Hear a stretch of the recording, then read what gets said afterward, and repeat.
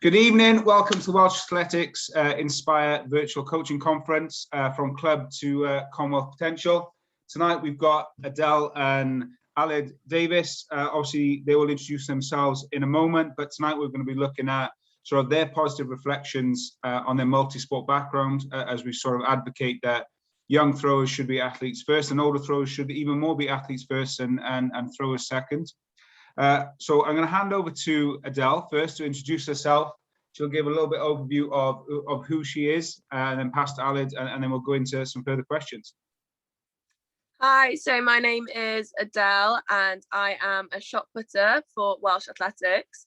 Got a background of lots of different sports, pretty much did every sport as a kid, but did like athletics a lot, did the multi-events, so did heptathlon for a while, specialised in the shot put, and I'm now a dual athlete across bobsleigh and shot put, but fully focused for the Commonwealth Games. So that's my short story. Hi everyone, I'm Alid Davies. I'm a Paralympic thrower. I started off swimming. Being born with my disability, I couldn't walk till the age of 5, so being in the water, non-weight bearing was perfect for me. And of course, I had an older brother who swam to a respectable level and went on to swim for Great Britain. I wanted to be him, like any of the younger siblings. So I started off in the pool. As you can imagine, I was more like a submarine than a swimmer. And 2005 came around for me and found out that London won the bid to host the Summer Games. That was then the dream ignited. It weren't just about making the games, just making the home games. But I knew it weren't in swimming. Luckily, I had loads of different sports under my belt at the time, so I was very well developed physically. I could move, and I came across a talent ID where I tried every kind of sport under the sun, excelled in strength and power, and stumbled across track and field. I didn't want to run. I'm not a runner. Last thing that was on my mind, but I came across the throws. Being an angry teenager, the shoe fitted, and well, the rest is history. Okay, great. So they've been quite subdued on themselves. Obviously, Adele being Welsh shot put champion for multiple times, years and years since she was a very young athlete, British champion, British representation at all age levels. So she's done herself disservice there. She has done extremely well as an athlete, and obviously most recently to becoming a Winter Olympian for the bobsled. And Alid, 3-time Paralympic champion, 11-time world champion, lost count of how many European champions she's had. So these are two athletes that have, within their respective fields, risen from obviously from multi-sport background into sort of elite sport in throwing. So just Adele, you touched on obviously that you did that multi-events when you were younger. So do you want to just run through your first sort of club within athletics, obviously back up in Oswestry? Yeah, so I got into athletics at the age of 9. I think I wanted to join sooner than that, but that was the youngest I could be to join the club. So started at Oswestry Olympians and stayed with them for a fair few years, doing Shropshire leagues, local competitions, progressed then through just entering myself into open meetings, and then got spotted with a coach that was at Birchfield Harriers. So actually went on to then join them and start doing competitions in the Premiership League, and was still competing across all events. I think I did represent Wales in a multi-events as well when I was younger at Welsh schools. But the shot put was always my strongest event. I'd always pick up a lot of points in that event, along with the sprint hurdles. So I think like that background of athleticism gave me such a good start with the throw. It is a power event, so all the skills I'd learned across the other events helped me be better at the throws, basically. And then I decided to specialise in the shot and went to my first World Youth Championships when I was 16. And then the rest then kind of led to where I am now. But that was my childhood start into athletics. Okay, great. And obviously Welsh Athletics, not to plug it, is we have started blocks now, so can get involved with athletics at a younger age. Thanks, Adele. And just pass on to yourself, Al. Obviously, through the the Parasport pathway is different to sort of the mainstream or that Adele went through. Can you just highlight and just maybe give us an insight into your pathway into the sport a little bit, digging deeper than you did earlier? Yeah, I've been a part of Paralympic sport now for a very, very long time. I went to my first junior world championships for discus, shot and javelin at the time in 2005 over in Dublin, where I got a bronze, silver and a gold in the discus. So, I was thrown in at 14 years old, being at under 18 level. But para sport, I've been a part of this journey in the way it's kind of build momentum. And of course, I had my own personal dreams of making the Para Games. And 2005 came around, and I had been watching Athens. I had to make a Summer Games. I had to make the Paralympic Games. I didn't know what. I got invited to a talent ID, and I found that I had a hidden talent in throwing. I progressed through the junior years, absolutely dominated, got 8 junior world titles, numerous junior world records. But then there was that kind of slow transition from that junior to senior. And that came around about 2009, 2010, where I still had this goal of making 2012. Parasport was nowhere near what it is now. My first senior world champs was 2007 over in Taiwan, but there was no one there. And then I went to the first IPC World Championships in 2011, which was in New Zealand, and the only crowd we had was the athletes that weren't competing. So then to go to my first Paralympic Games the next year in 2012 and see morning and evening, afternoon sessions sold out to 75,000 plus, it kind of changed and catapulted Parasport about 20 years forward. It was a kind of stagnant journey going from that junior level to senior. But for me, I achieved everything I wanted to at the age of 20. I made the games. So going on to win medals was a bonus for me. Okay, great. And that's, a real insight into both your starting career. Just to delve into your probably more specific throws training now, Adele, can you highlight how your training to this age now, as you're a senior athlete, still sort of resembles something of a multi-eventer or a multi-sport athlete, where you're obviously doing, for example, jumps or med ball work or any other sorts? Yeah, so my training week is extremely varied, and I don't think if someone were to look at my training program without knowing the event or the sport that I do, I don't think they would be able to pinpoint what it was if I didn't have the specific throw sessions written on that program. So from the athletic training that I do across lots of different aspects with the med ball, hurdle mobility, the core, the different prehab conditioning exercises I do, the gym, the sprints, the runs, the plyos, across all of that, if you saw that written down on a program without having my shot put sessions there, you wouldn't be able to tell that I'm a shot putter. And I do think that is something that you should strive for when you're creating a training program. You should be able to look at that and not pinpoint exactly what event someone does by looking at their general athletic training, because we should be training as athletes first, like you mentioned. So I'm a massive advocate for keeping all of those athletic movements in, because there's so many different things that underpin the shot put event which people just miss.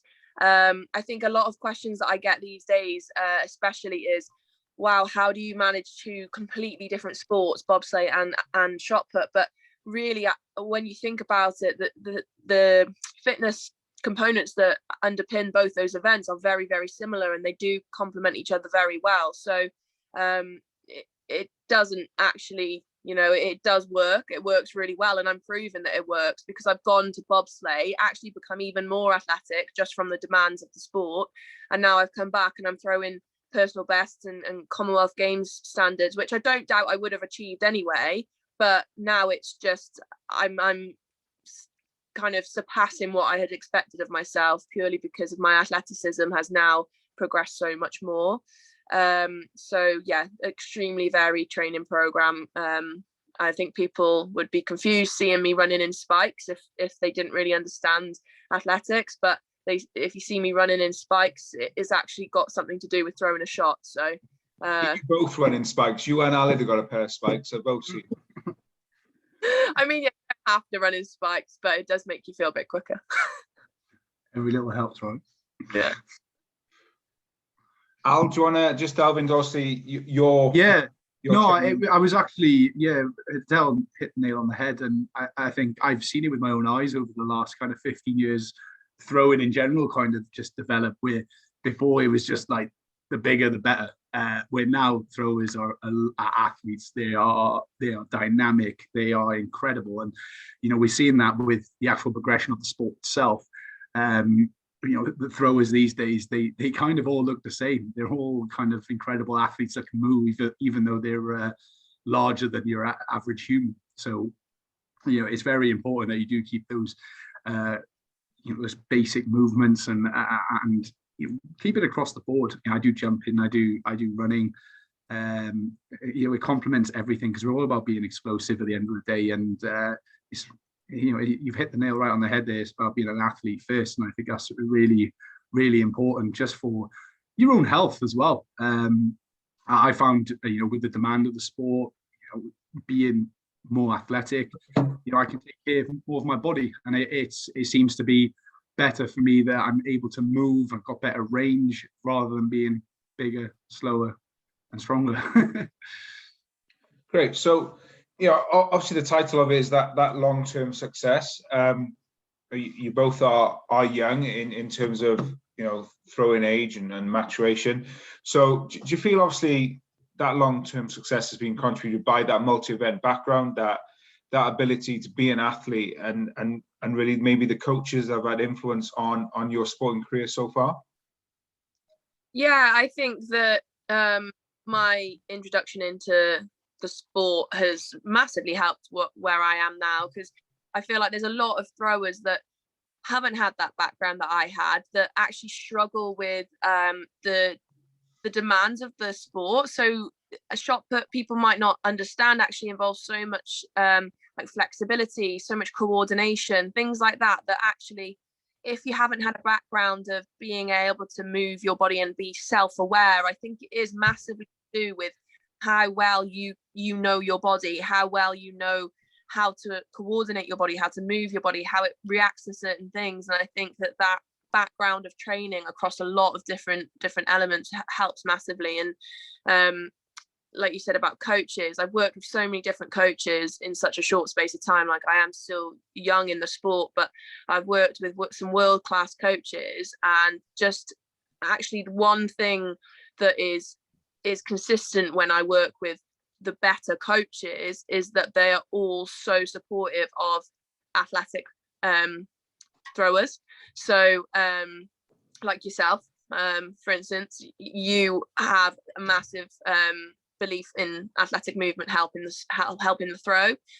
Same as when I was working with a previous coach overseas, he made me run, and I thought he was crazy because I was coming from a coach that never really used to make me run. And actually, now I'm older, I really do appreciate that. But I have a saying, and it is that success is not a comfortable procedure. So get comfortable being uncomfortable, because you will go through stages of your life where it's not all working out, and you might be doing all the right things, and you might be thinking that, why is this not working, what am I not doing? And sometimes it just doesn't happen, especially when you try and force it. So you do really have to stick at it. I had a few years where it was very stagnant, and especially like what Al said, that transition from juniors into seniors is extremely difficult mentally as well, not just physically. You could be in a great place, but you've got to have the right mindset to persevere through those times. Because had I have stopped, it would have been easy for me to stop a couple of years ago when I was going through like a very stagnant part of my career, but I would never have reached where I am now without just persevering through that. Yeah, and I've been lucky enough to train with Adele, and I've seen her kind of develop, and it's tough because you get to a stage, and I see it now with a lot of young athletes. I'm like, oh, he or she is so good. Just give them 5-6 years, of the consistent same things with it, with a good support system, and they'll get there. And I think, if you've got that resilience, yeah, and you can stick it out, it does come, because if it was easy, everyone will be doing it. And I think it's important that, you have got the right support system around you. You got the best advice, with your best interests at heart as well. I've been lucky enough to be working with you now, Ryan, for a very long time. And I remember when I first told him my goals and ambitions, and he kind of sniggered, and it was kind of not in a bad way. He's kind of like, "Is that it? Is that all you want to do?" Because he could see that my ceiling was a lot higher than I could see it, and it gave me that self-belief. And I suppose it's a bit different. We've pushed the world record on about 4 meters now, so we're kind of creating our own path. So it does come with a lot of trial and error. And I'm not going to lie, 98% of the time it goes wrong, and I blinking hate it. But I stick in there. I go home, leave it at the track, and tomorrow's another day. Because at the end of the day, I sit back and I love what I do, and it's taken a long time to get to this stage, and I'm still learning. You're always learning, going around the world. I work with some of the best coaches on paper, and I've probably only taken 1 or 2 things I like from them, because it's all about what works best for the athlete, and you've got to have the right relationship with the coach and both be on the same wavelength for that to succeed. Yeah, I agree with what you said there about the taking one thing from different people. Like, there is no textbook way for one athlete to be, and every single athlete is so different. Like, for instance, we've got the same coach, but we both need different things. And it's like, it's about understanding yourself, but then also be willing to understand like each other. And I had obviously the couple of years where I wasn't really sure what was going on with my career and why I wasn't progressing and stuff like that. And I found right at the right time, basically, because like you said about the support, like your family can support you, but sometimes you do feel like they're going to be biased and support you anyway. So for someone to be on the outside to believe you and believe in your talents, it helps a lot. So like when I met Ryan, I probably felt a little bit like I wasn't sure that other people believed I could do it, but Ryan always believed from the get-go that I could do it, and just believed that I just needed the right kind of environment and to work a bit harder. Like he's quite honest, you know what I mean? Like, I went through a stage where I probably wasn't working as hard as I should have been, but I couldn't see that at the time. I thought I was working as hard as I could. So it is nice now for obviously me to be in a position where Ryan's like, well, I can see that you've really worked hard and you have matured into it. So it's about honesty and just taking the feedback as well. Thanks, guys. And also we've digressed a little bit off topic, but I just want to bring us back around into that. So essentially, obviously, that we did touch a bit on having those tough couple of years, and I think from a multi-eventer sort of point of view, they have so many events, and when you're young you did so many events, also you have to move on very quickly, and I think it's an important message to get across, that you have those couple of bad years, and I'd like if you both, not to expand it into great deals into those couple of bad years, but to try and get your point across, that you have to keep working hard, you have to keep believing in something, you have to keep on investing in yourself, because there's plenty of under 17 athletes going up to under 17 when they're first year under 17. It's a difficult age group. When you go to first year under 20, it's a difficult age group. And when you go from that under 20 into an under 23 senior male or female age group, it is real difficult. And I'm sure Al was the same for you, going from a junior worlds into a Paralympics is a massive step. So just really getting down into the nitty gritty of that area. Yeah, well, I always remember coming off my first world champs, and I came 23rd. With a PB. I came last with a PB, which was lovely. But it was also a lovely introduction to senior kind of athletics. But it's grueling. It really is. I'm not going to sit here and say it's a nice journey, because it has its ups and downs. But you have to stick it in there. It takes a long time to fully develop. It really does. And you've got to be consistent year after year, and making sure that you are very, very durable. I jumped into the senior ranks. I went from being a big fish in a small pond to being a tiny fish in a very big pond, with a lot of confidence and self-belief. But I was going from competition to competition, being brought down a few notches. So I kind of made sure that I still had those aspirations, but also realistic targets in front of me. Little stepping stones, kind of, things that I can digest to make sure that my motivation's there. Because at the time, it was easy to look at the world record holder and be like, how am I going to beat this guy? How am I going to get to this level where I'm in the medals? Where, I just had to trust the people around me and kind of make sure I'm turning up every day and putting in the work, because it doesn't happen overnight. And that is something I cannot stress enough. And if, like I say again, if it was easy, everyone would be doing it. So being consistent and turning up every day and giving it your best is the most important thing. Okay. Yeah, I think that my dad heavily contributed to me being able to be resilient with these situations. He openly says that he used to take me around the UK finding people to beat me so that I learned from a young age how to deal with that. And it might seem cruel, but I feel like it's tough love, because I have so much to thank him for now. Now I take the losses and I find the lessons in them and I move on from them, and I want to go back out there and I want to beat them the next time.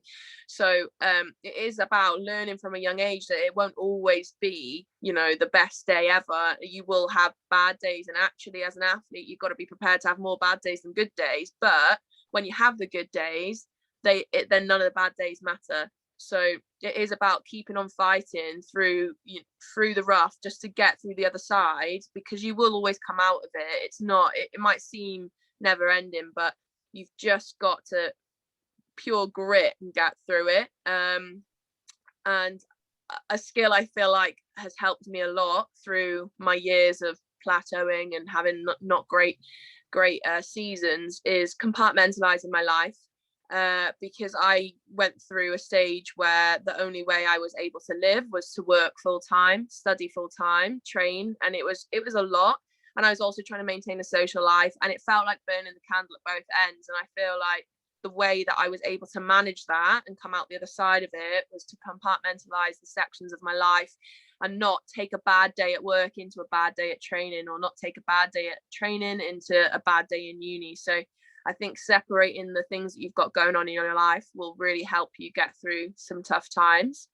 And it all really does come down to how much you want it. If you don't want it that much, then you're probably going to give up a lot easier than if you really do want it. So I think you do have to be certain about what you want, but realize that it won't come easily. And again, like Alice said, if it was going to come easily, everyone would be able to do it. So you just have to realize that that's just how it is, and it's not going to be an easy one. When I was kind of progressing that junior to senior level, I don't know, I look back now and I never took a loss as I'm not good enough or I lost. I kind of took it as, right, well, what did I learn from that? What can I take from this to make sure it doesn't happen again? Or, every kind of situation that I went in from that junior to senior transition was a learning curve. I just made sure I was a sponge and I took everything I did. I didn't need to use every bit of knowledge I had, but there was things that worked for me and there was some things I didn't. So I think that's the important part of that transition, because it is a rough ride. It really does, but you will get that breakthrough and it will give you that self-belief and it will catapult you on. And I bring it back to Adele. It's like one thing I've personally seen from, in my opinion, is her self-belief.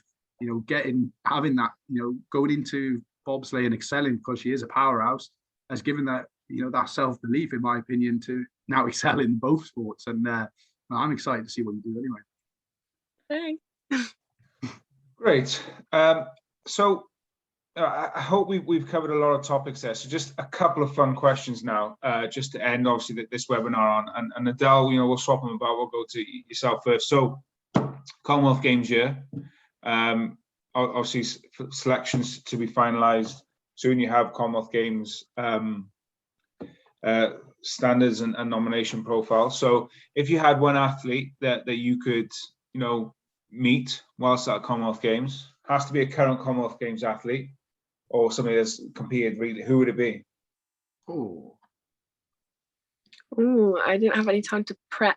Do you know what? I would have probably, if you asked me this before Glasgow 2014, it was Usain Bolt, and I met him there. So I was kind of tick that box. But this, ooh, I don't know.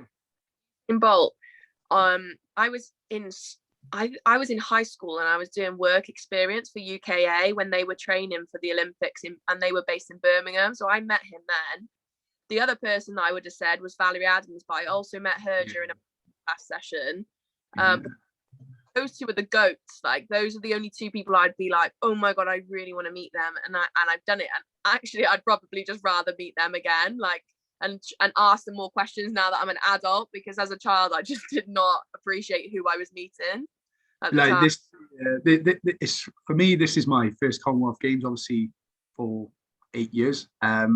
So all the athletes that were around the last Commonwealth Games kind of moved on or retired now. So I feel like we're in a transition of new athletes, but coming through fresh, young, new ones. But also the standard of throwing seems to be a lot higher as well. So it's there's a lot of exciting athletes in the Commonwealth. It's up there with, a competitive wise, it's up there with most majors now, where everyone saw the Commonwealth Games as a stepping stone. Where for me, it's going to be one of the biggest competitions and hardest competitions of my life. And representing Wales, very close to my heart. But I've always get honour in meeting any athlete, to be honest, that's at the highest level. I have a lot of respect because I know how hard it takes to get there. Okay, good answers. So going on from that, of any athlete, you have to pick 3 athletes to have dinner with. Okay, what 3 athletes for whole time from a term as athletics has started to now? Who would be the 3 that you would have dinner with? Who would you most like to pick the brains of? Alekna, Jan Zalesny, and Krauser. Oh yeah, Ryan Krause is one of mine as well, definitely. We kind of met him, me and Ryan, when we were over in Chula Vista, but he was still quite young then. But he seems to be a different kind of animal now. So we'll be interested to see how he's gone from being, well, when you look back now, 22 is average for him, but being that 22.5 meter thrower, winning the Olympics, to now being someone who's trying to take the sport to a place no one thought it'd go to. So Ryan Krause for me. Also, I would like Alison Felix because of the whole fact that she went away, had kids, came back. I would love to talk to her about that process. I feel like that's important as a female as well to understand that. So I've got a thrower, I've got track. Feel like I want to have a jumper in there just to make it a bit fair. Mondo. Huh? Mondo, is it? What's the guy that has half the beard? What's his name? The Italian high jumper, Tamberi, is it? Tamberi? Yeah. Ask him. Purely ask him why. He was in an NBA All-Star match. I'm glad about that. And the last question before we finish, and for our viewers, I'm sorry about just taking a little bit longer, but obviously World Indoors coming up in a couple of weeks' time. Obviously, men and female shot putters there. Who do you feel like is going to walk away as winner? In Aled, for you, the female, and for Adele, you in the male. Okay. Well, Ryan Krause is going to be my best bet, but anything can happen on the day, guys. So I don't want to call it. I don't want to jinx it. Normally, I wouldn't answer that question, but you're making me. So Ryan Krause. Yeah, I think it'd be hard to kind of beat Krause. I mean, he's got to have a really off day. I mean, he's the only one standing. He's the only one that could beat himself, to be honest. It's his medal to lose because he just seems untouchable right now. And the women's kind of shot is very exciting at the moment. We have a lot of throwers throwing a long way. I mean, I personally think it's going to be hard for anyone to beat Li Xiaogong. She seems to be very consistent and dominant, but we have a lot of European spinners coming through. So I don't really know at the moment. There's still a few more competitions to go. I'm lucky enough I'm going to be there to watch it firsthand. So I'll let you know. Good. So that didn't answer the question, but thank you. I'm gonna back China. Okay, so I hope everyone at home enjoyed that and an insight into two very good athletes, two very down to earth athletes that have gone through and done multi-sport backgrounds and pushed through some tough times to go on to have further success. So I do thank you, Aled and Adele, for joining us this evening. Obviously, this is part of the Welsh Athletics Coaching Conference.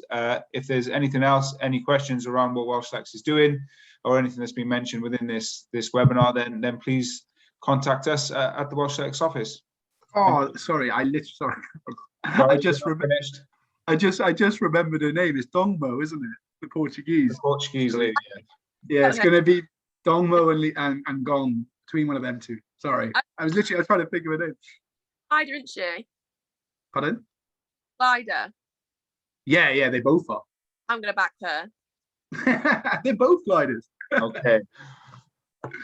All right then. Thank you both. I'll speak to you soon.